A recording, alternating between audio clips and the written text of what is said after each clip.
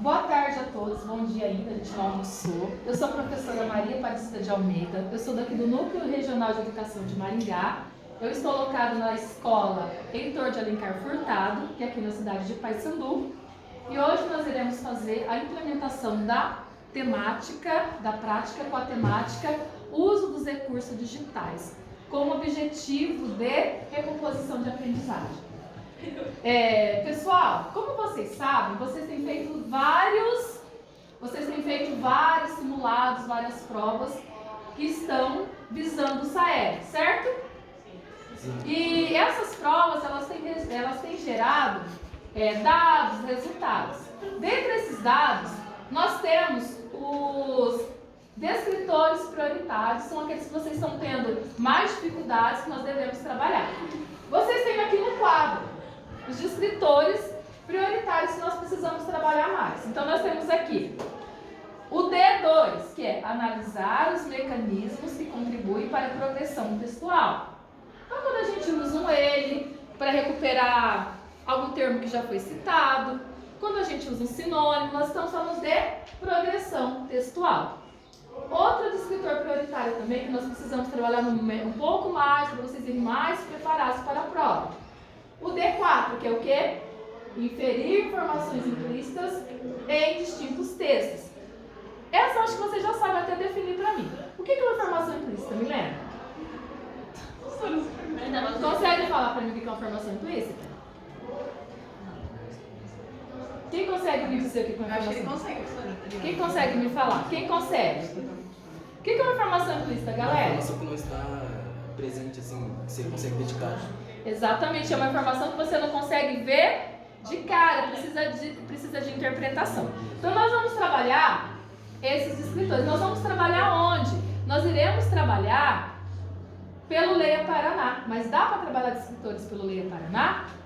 Claro que dá. Primeiro, gente, a leitura é o melhor jeito que você tem para você aprender a língua portuguesa.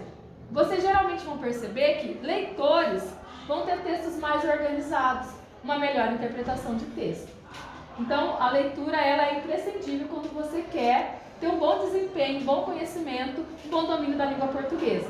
E como que o Leia Paraná faz? Sabe aquelas perguntas que nós vamos respondendo ao longo das leituras? Sabe as perguntas que aparecem?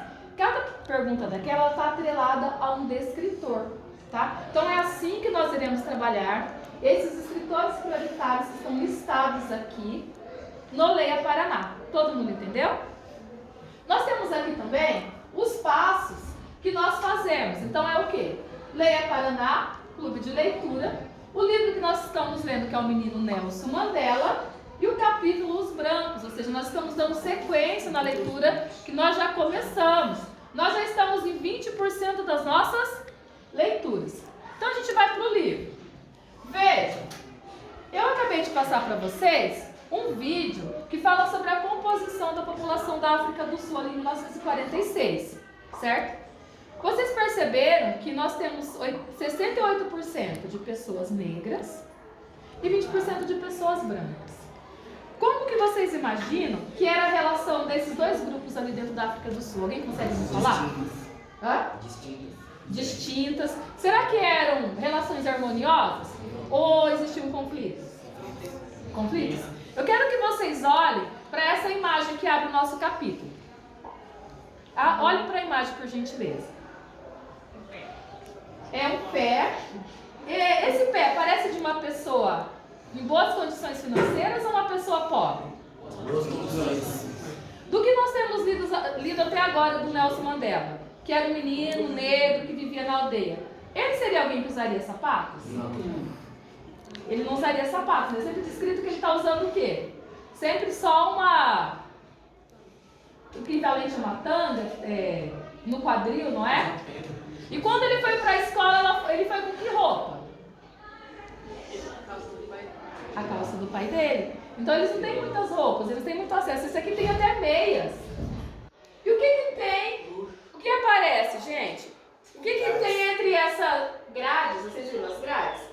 O que vocês acham que simbolizam as grades aqui nesse capítulo deles? A separação. Vocês acham que ela simboliza a separação?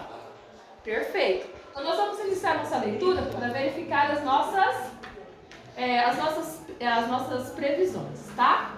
Querido cinegrafista, tem quanto de gravação já? 5 minutos. 5 minutos? Então nós vamos iniciar as nossas leituras. Vou iniciar pela minha adorável Milena, que vai ler pra gente a primeira página. Pode ler pra gente, Milena? Todo mundo acompanhando, por gentileza. Vai lá, Milena.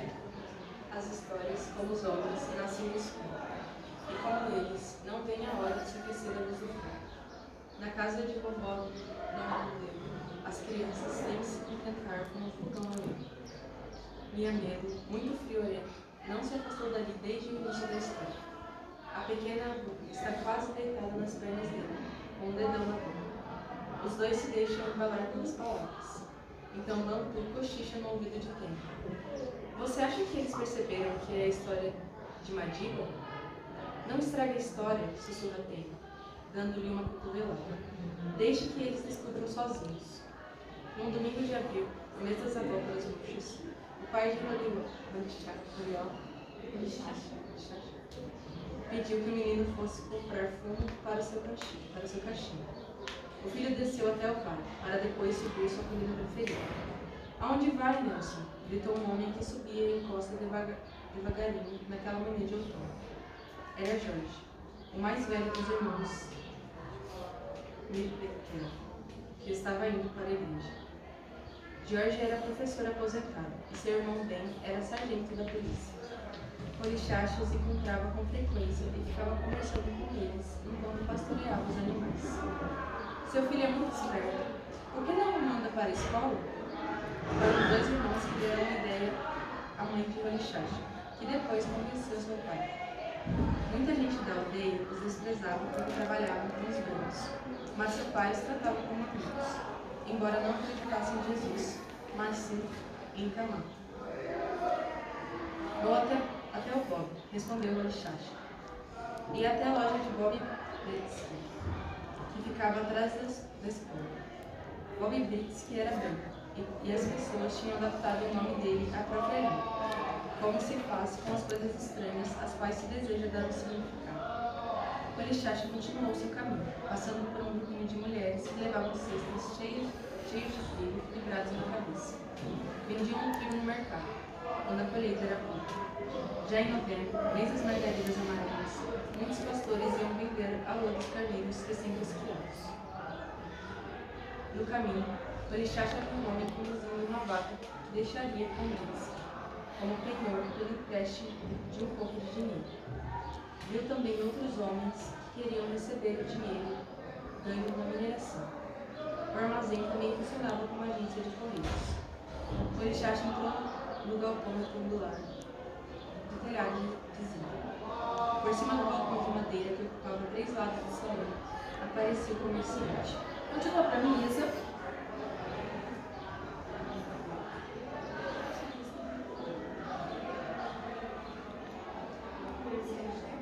Ele tinha pele branca. Ele tinha a pele branca como a espuma do mar, os cabelos castanhos como o verde, no meio do inverno, e seus olhos pareciam de gato. Foi um dos primeiros brancos que Nelson viu, e achou que ele parecia um deus.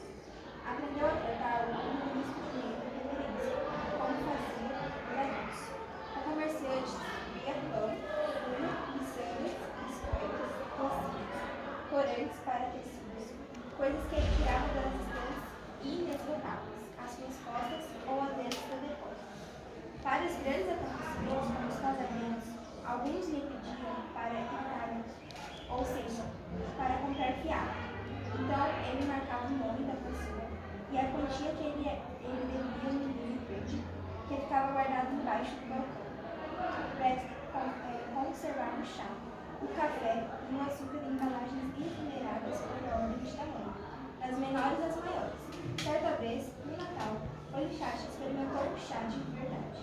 Era muito gostoso que a água passava, mas era uma delícia, que a maioria das pessoas de Quimba, incluindo sua família, não podia comprar. Polichacha foi atendida quando chegou sua vez. Eu queria comprar um pouco de fumo, ele disse tio, através de rede metálica que secava todo o balcão. O comerciante entregou-lhe um pacote de blocos de papel. Com o fumo embrulhado no papel, o garoto saiu porta, a grade que rodeava. Era mais alta que ele, uma rede mecânica dos ângulos. Nenhuma casa tinha uma grande como aquela, porque as casas eram separadas umas das outras por cerca de arvoredo. Conchacha foi caminhando lentamente ao longo da grade até o casarão do comerciante, que ficava atrás do armazém. A grade cercava toda a mansão, e seu lindo jardim onde se destacava uma planta rara, que tinha um tronco alto e na ponta um tufo de folhas em forma de penas de pássaros. Uma palmeira, como todos os outros. Uma palmeira no centro abre um poço, porque os brancos não consideravam o rio, como todos os outros, mas levavam o rio até sua casa. Nelson não tinha muito contato com os brancos, tentou contar os que conhecia, e constatou que os dedos de uma mão davam no soldado. 1. O comerciante. 2. O magistrado local, obviamente branco. 3. Um policial que certa vez passou por aldeia. 4. Uma viajante que, desde certo, tinha chegado lá pelo mundo. Não acontecia com muita frequência, mas Nelson tinha ouvido muitas histórias sobre os brancos. Os abelogu, palavra que significa espuma do mar. Nelson observou atentamente o teto de zinco da casa do abelogu e depois a fachada de cor de creme. Havia um pórtico que evitava que o sol batesse na porta de entrada. Foi então que percebeu 2 olhos que o fixavam na penumbra. Rolou, gritou Nelson, com os dedos na grade, mas, a não ser por uma rápida vista, os 2 olhos ficaram imóveis. Perfeito. Continua pra mim, Josi.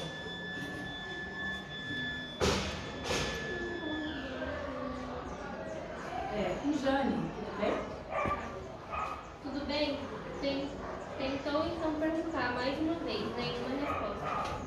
Só depois de dar as costas à grade para voltar para casa, ouviu um barulho de passos atrás dele. Virou-se e viu que os 2 olhos curiosos tinham saído de penumbra e com eles o dono. Ali estava um menino branco, de pé na frente dele, a uns 2 metros da cerca. De certo, era o filho do comerciante. Nelson virava falar deles. As pessoas o chamavam Cossana, o príncipe. Cossana se abaixou para pegar uma pedrinha, como um meuro da rocha, de cabeça azul que usa as pedras para bater contra as rochas dos caracóis, até rompê-las. Cossana jogou a pedra para o outro lado da cerca.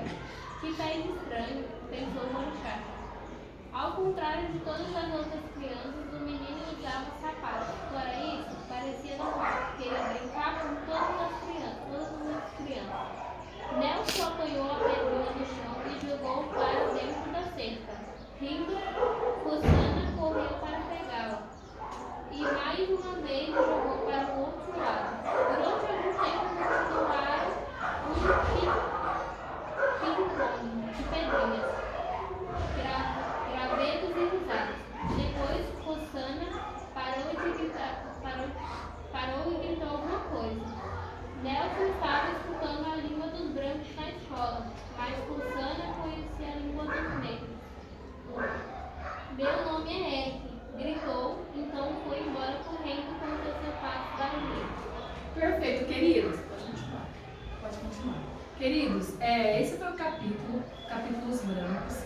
A gente vai finalizar a gravação por aqui, mas a gente vai responder as perguntas do Leia e a gente vai fazer a discussão desse capítulo que nós lemos. Digam tchau. Tchau!